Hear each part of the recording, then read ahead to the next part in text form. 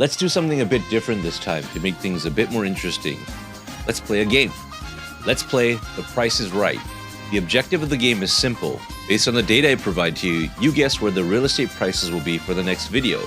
To keep things simple, we'll track two price metrics: the downtown condo median sale and rental price. All you need to do is type the two prices in the comment section below. There are only two rules. Rule number 1, you can't change your number once inputted. Rule number 2, to qualify, you must post a number before the end of the month the video is released. So this month, you have till January 1st, 2023. Let's see if you or I can predict the future prices. You can keep score by tracking the difference between the number you guess and the actual number.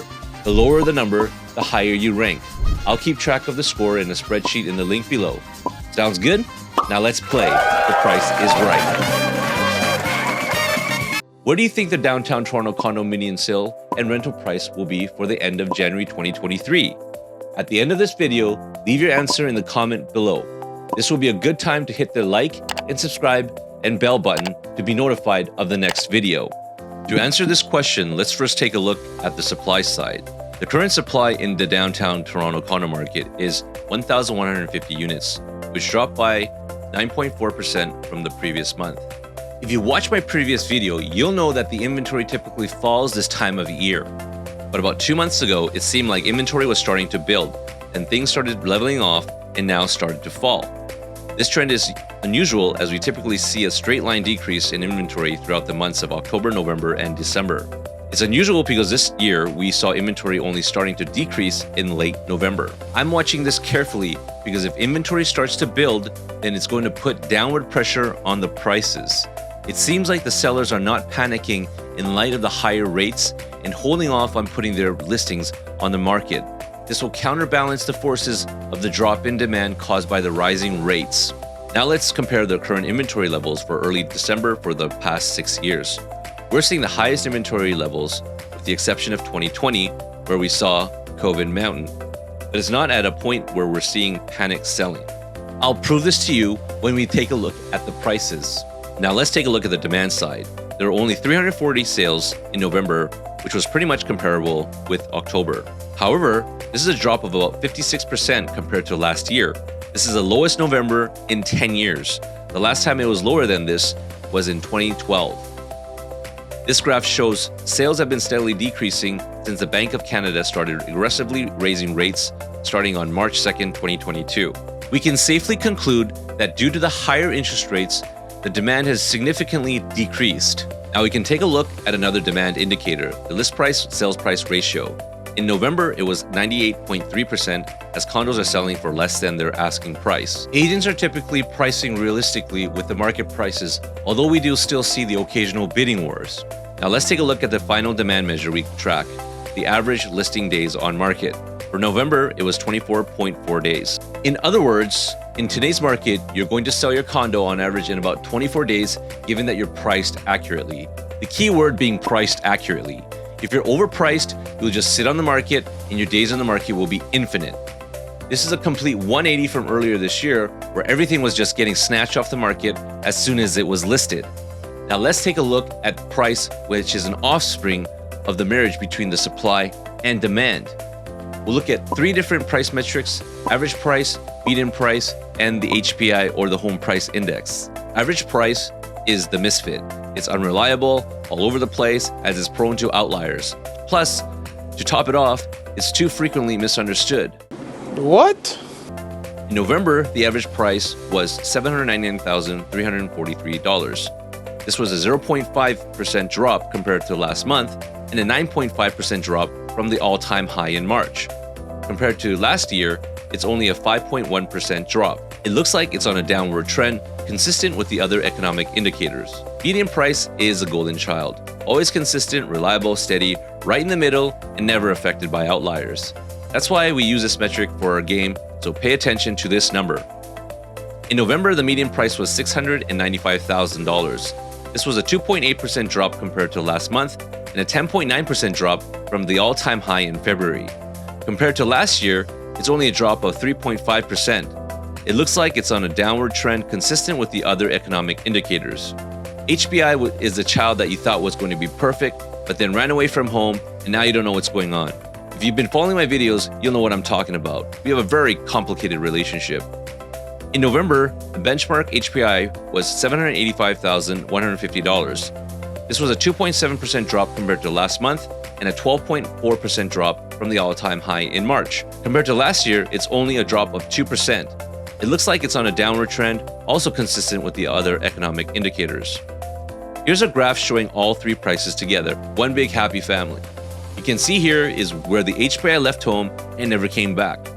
This is why I have my doubts with HPI. We'll look at it, but I completely ignore it as a measure of value, just like the average price, and use it only for looking at the trend.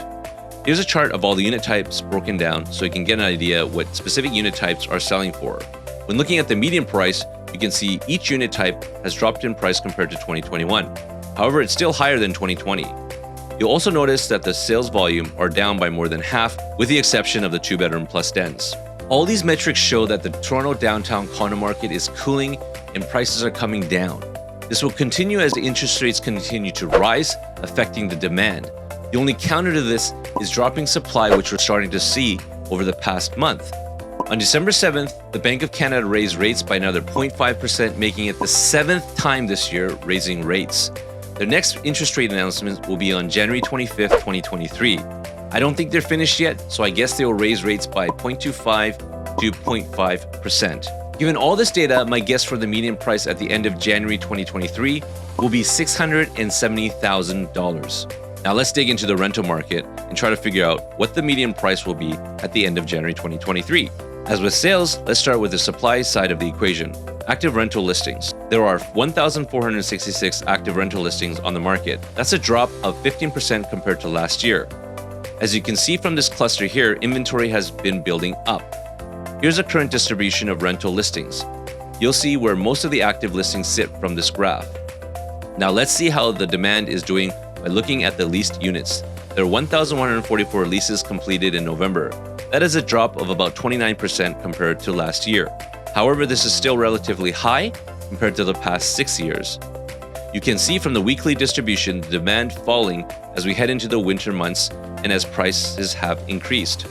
We can conclude that demand has significantly decreased and should continue to do so as we head into December and January.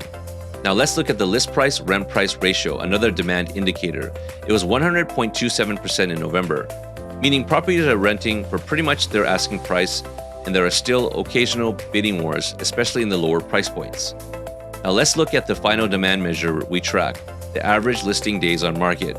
For November, it was 14.6 days, indicating a slower absorption rate. For rentals, we'll only look at two different price metrics resulting from the supply and demand: average price and median price. In November, the average price was $2,891, down from the record high of $2,973. Compared to last year, it's up by 16.6%. In November, median prices dropped to $2,650 from a record high of $2,700. Compared to last year, it's still up by 17.8%. The rental market has stabilized and inventory is actually starting to build up. This is typical for this time of year, so we should continue to see this until March or April of next year. Here's a chart of the breakdown of rents across different condo types, so you know what rents are going for. As you can see, all prices are up significantly compared to the previous years. A one-bedroom now costs you about $2,500 per month. All these metrics show that the rental market is stabilizing and prices are flattening. This will continue as we head into the colder months of the year, as people really don't like moving when it's cold. However, because the resale market is also slower, this may add more would-be buyers to the tenant pool. Given all this data, my guess for the median rent price at the end of January 2023 will be that it stays the same at $2,650. Now let's see what's happening to the investment potential of condos by looking at the median PR ratio. The current median PR ratio is 21.9 and is trending downwards, making the investment potential more attractive than before. The lower the PR ratio, the more real estate becomes attractive as an investment vehicle. So what this number means is that if you were to pay cash for a condo and divide it by the yearly rent, you'll get 21.9 using the median price and median rent. This is just like the PR ratio for stocks, if you know what I mean. Now, in conclusion, What does this all mean? Do you think that the downtown market has crashed? I personally don't think it's a crash based on the numbers that I'm seeing. Prices have definitely come down from the peak by about 10%, which is significant. But if you were around earlier this year, it was really getting out of hand. We can definitely conclude that we're seeing a significant drop in demand, yet we're not seeing a huge influx of supply. Without this influx of supply, I don't see the market crashing. But we can see this happening in the new year as the pressure is starting to build. The big question is, how much holding power do the owners in Toronto have? How many of them are still able to carry their increased mortgage payments, and for how long? Another question I have is, how long will the banks hold off on calling their variable rate mortgages that have now hit their trigger rates? So many questions that I could take hours of discussion to answer. To boil it all down, I think prices will continually fall at a steady rate similar to what we've seen, as long as there is no sudden influx of supply like we saw in 2020. We should be okay, but this is something no one knows. The higher interest rates are putting pressure on a good percentage of Canadians that could tip the balance. I feel like we're walking on a tightrope right now, and if the wind blows too much in one direction, we could fall off. I believe Canadians will overspend during the holidays, then cut back on spending in the New Year's. Maybe even make a resolution to become more budget conscious in 2023. This, of course, will not help the economy or housing, and the Bank of Canada may get what they've been wishing for: reduced demand to drive down prices. I just hope they don't overshoot by too much and put us into a financial crisis. Speculators will get hurt, especially the ones that have bought during the peak and have to close with the higher rates. Many of them will lose tens, if not hundreds of thousands of dollars if they sell too soon.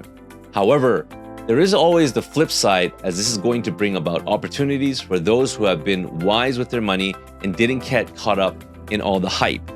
However, it's going to be the poor and middle class who suffer the most. They always do during the hard times. I could rant about this for hours, so I'll cut it short here. Remember to guess what the median sales and median rent price will be for the end of January 2023 in the comments below. Would also love to hear your thoughts on the market and where you think we'll be heading. I respond to every comment as soon as I can. This one's for you, Z. May you rest in peace, my friend. I'll see you in heaven. And I'll see you guys in the next video.